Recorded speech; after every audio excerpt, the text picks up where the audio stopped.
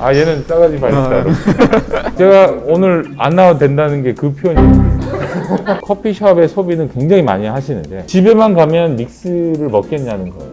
네, 안녕하세요. 저 오늘은 5월 카페박스를 함께 해주실 성수역에 위치한 클라스카 커피랩에 찾아왔고요. 저희가 이번에 5월 카페박스부터 캡슐 카페박스를 런칭하게 됐는데 캡슐 관련한 이야기를 좀 많이 나눠보려고 찾아왔습니다. 클라스카 커피랩의 김정훈 대표입니다. 황현석 바리스타입니다. 저번에 1월에 카페박스에 같이 참여를 해주셨는데 카페박스 받아보신 분들이 가장 맛있다고 말씀 주셨던 브랜드 중에 사실 하나였어요. 클라스카 커피랩이 어떤 브랜드인지 조금 간단하게 소개를 해주실 수 있을까요? 등급을 판정하는 커피 감별사 이름이 클래스피카도르라는, 거기서 클라스라는 걸 따왔고, 뒤에 이제 칸은 원래 커피가 CAFFE라는 에서 커피를 등급화한다, 분류한다라는 걸로 이제 클라스카라는 이제 어원을 쓰게 됐습니다. 그러면은 브랜드가 런칭된 지는 예. 얼마나 됐을까요? 딱 1년 정도 됐고요. 1년 전. 그때 처음 런칭하실 때부터 계속 같이 그럼요. 처음에는 어떻게 같이 일을 하시게 되신 거예요? 현석 바리스타 같은 경우에는 WCCK라고 라떼아트 한국 챔피언십 할 때 3위를 했었고요. 그때 이제 저는 그 업체 담당자로서 이 친구를 일본 연수 갈 때 데려갔던 연으로 런칭하면서 이제 눈여겨봤던 바리스타고, 뭐 전문용어로 싸가지가 있어서 없다고 하시는데 얘는 싸가지 바리스타로. 저희 저번에 영상 나가고 사실 개인적으로 연락이 되게 많이 왔어요. 어디에 있는 카페냐고, 바리스타분이 너무 잘생겼다고. 제가 오늘 안 나와도 된다는 게 그 표현이에요. 커피 업계 성동일이라고. 오늘 주제가 그래도 캡슐로 저희가 찾아뵌 거니까 클라스카에서 소개하고 계신 캡슐 제품에 대해서 조금 간단히 소개를 해주실 수 있을까요? 한국 분들이 인구당 카페 수는 압도적인 글로벌 1위일 겁니다. 커피숍의 소비는 굉장히 많이 하시는데 집에만 가면 믹스를 먹겠냐는 거예요. 그래서 이제 제가 생각했던 부분은 이제 향후 한 5년 안에 드립백이 커질지, 콜드브루가 터질지, 캡슐이 터질지는 다 강론을박이 있어요. 어쨌든 인스턴트 믹스를 안 먹게 될 거다는 부분은 다 동의가 되는 상황이죠. 그래서 이제 저희는 이제 캡슐도 나오고 콜드브루가 나오게 되면 한 4개 정도의 제품군이 가정에서 좋아하는 제품류가 될 거라고 보이고요. 캡슐은 종류도 되게 많아 보이고 기계도 많아 보이고 어떤 기계를 써야 좋은지를 잘 모르시는 경우가 많거든요. 지금 현재는 적어도 한국은 네슬레가 거의 깔렸기 때문에 지금 저희가 런칭한 거는 네스프레소 장비 호환이 되는 캡슐을 런칭한 거예요. 그럼 혹시 캡슐 커피를 내릴 때 뭐 주의사항이나 이런 것들이 좀 있을까요? 이태리 커피 문화를 좀 생각해 봤을 때 에스프레소가 가장 맛있는 제품이라 보면 됩니다. 제일 제가 권장하고 싶지 않은 거는 룽고 버튼이 있어서 캡슐 넣고 쭉 수출을 하는 건데요. 계속 물을 추가하는 그 친구는 맛이 있을 가능성이 되게 희박합니다. 그럼 캡슐을 혹시 온라인이나 매장에서 구매를 해가시는 분들 좀 특성이 있거나 한 게 있을까요?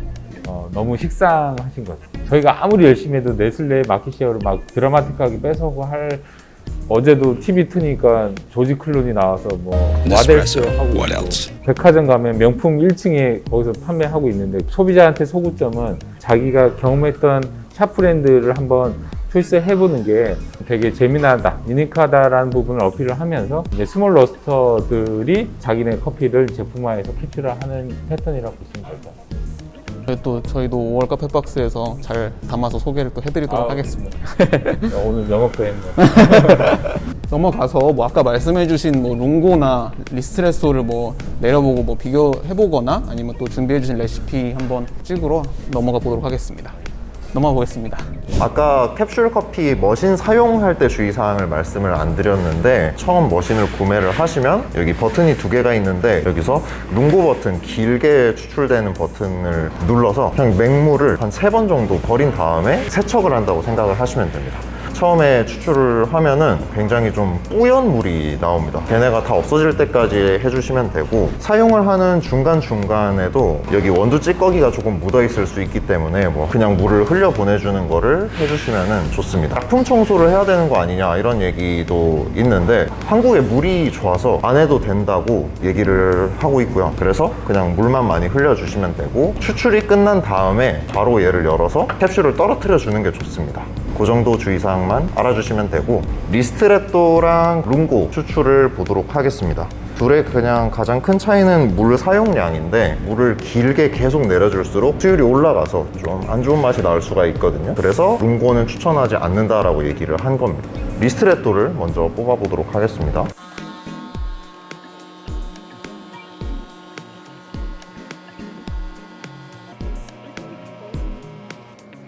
바로 이렇게 열어서 캡슐을 제거를 해 주시면 돼요. 이제 룽고로 뽑아보도록 하겠습니다.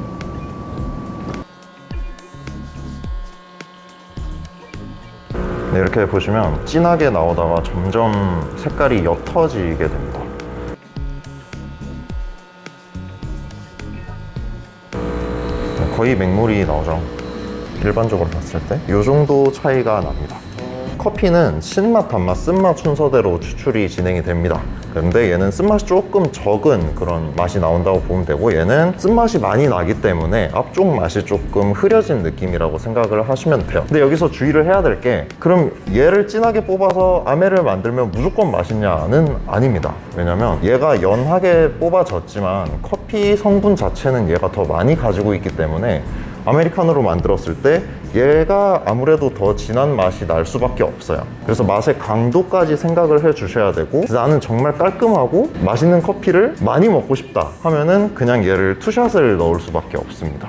아니면 이 둘 중에 중간치 정도를 찾고 싶다 하시면 얘의 물량 세팅을 바꾸셔도 되고요. 아니면은 룽고 버튼을 눌러서 추출을 하다가 색깔이 많이 연해지는 지점에서 그냥 룽고 버튼을 한 번 더 누르면 꺼집니다. 그런 식으로 자기 입맛에 맞게 하시면 되고, 재밌게 하고 싶으시면 캡슐마다 맛을 보고 다른 물량으로 뽑아 보셔도 굉장히 맛이 많이 바뀌는구나를 느낄 수 있을 겁니다.